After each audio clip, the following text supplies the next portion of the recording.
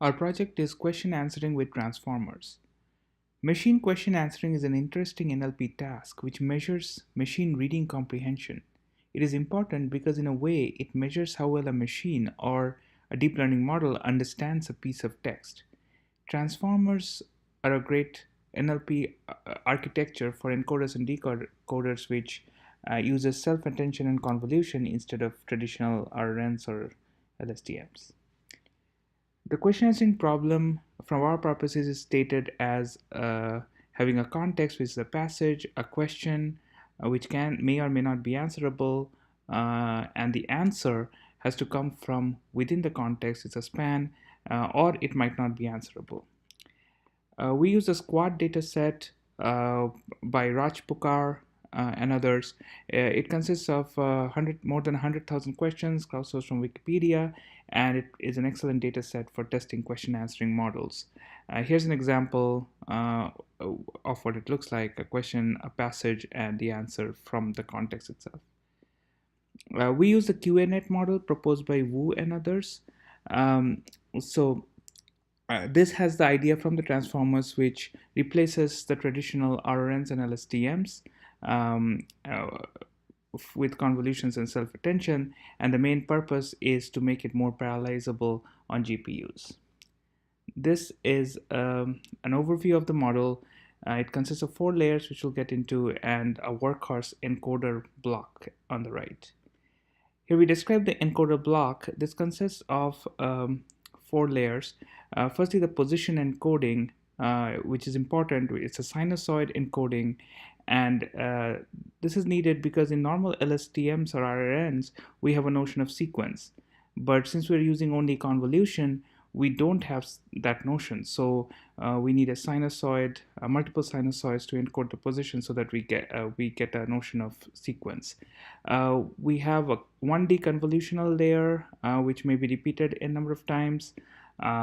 We have a self-attention layer, which is a multi-headed self-attention proposed by Vaswani and others in the Transformers paper. This allows us to have attention at different parts of the question and the context at the same time. And then we have a traditional feed-forward layer. Each of these layers have layer normalization applied to them, and also, they also have a residual connection directly from input to output, which improves performance. Some few more details on the layers.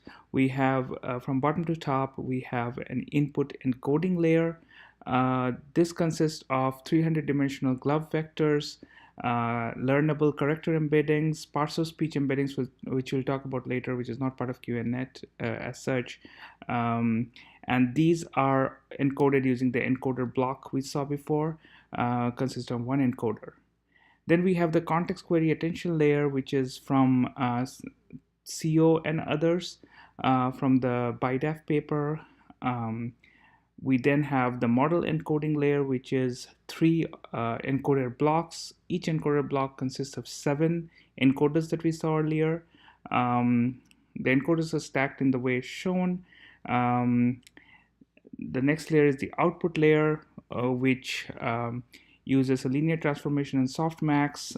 We predict the start probability using the bottom output of the bottom 2 encoder blocks, and the end probability using the top 2, the bottom and the top encoder block. And the predicted span is the one which has the maximum probability of the multiplication of the starting and the ending probability. We also restrict spans. We only consider things of a maximum length, and also some innovations we'll talk about in the next slide. So we just talked about the traditional QANet model. We have some additions to it. One is the parts of speech tagging. We use the NLTK library.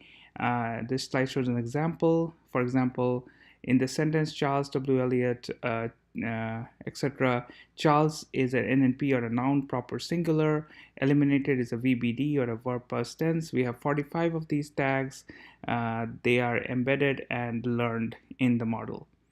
We also introduce discounting probabilities of larger answer spans, because we found that our model was predicting larger answers instead of shorter answers. And most of the answers were short, so we thought it'd be nice to discount the probabilities of larger answers over smaller answers, and that gave us a little bit of a boost. We tried using fast text embeddings, which has been shown to be better than glove embeddings, but we could not use it to our benefit, so we did not use it. So a significant challenge of this project was the resources. We did not have a very fast GPU. We had half of a Tesla M80 GPU, which prevented us from scaling the model. QNet, we chose QNet mainly because it advertised great speed, but we found that it ran actually much slower, mostly because we could not fit the model into the memory, so we had to use very low batch sizes. And in fact, it ran slower than the baseline BiDef LSTM implementation. So to alleviate the resource crunch, we ran experimentation on a very small scale.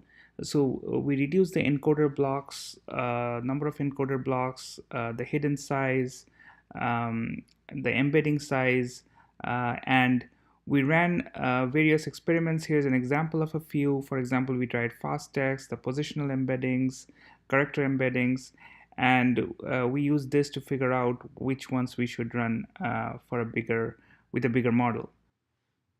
So we ran a few models with the bigger size, the full size, and here are the results. We can see that the dev model overfits after about 1 million steps, but the F1 score kept improving, so we kept on running the models. Um, we tried various features like character embeddings, pause embeddings, and finally, with all the features, we got a score of 63.92 and an exact match score of 60.65.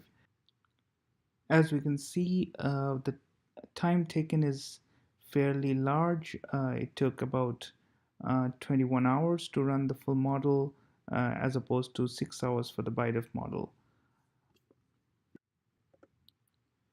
Next, we should try to optimize the memory for the model so that we could fit it in a smaller memory so that we can use a larger batch size to make it run faster. We should explore opportunities to parallelize the code so that it runs faster on multiple GPUs. Currently, it does not perform so well. We should also consider ensemble models with different parameters and random seeds to get a better model. It has been shown that ensemble models gain a few points on the score. Also, state-of-the-art models today for question answering uses pre-trained contextual embeddings like BERT and Elmo. We should definitely like to incorporate those in future work. Finally, here are the major references that we use for the project. Special thanks to the starter code in the default project provided to us by the TAs in CS224n. Thanks.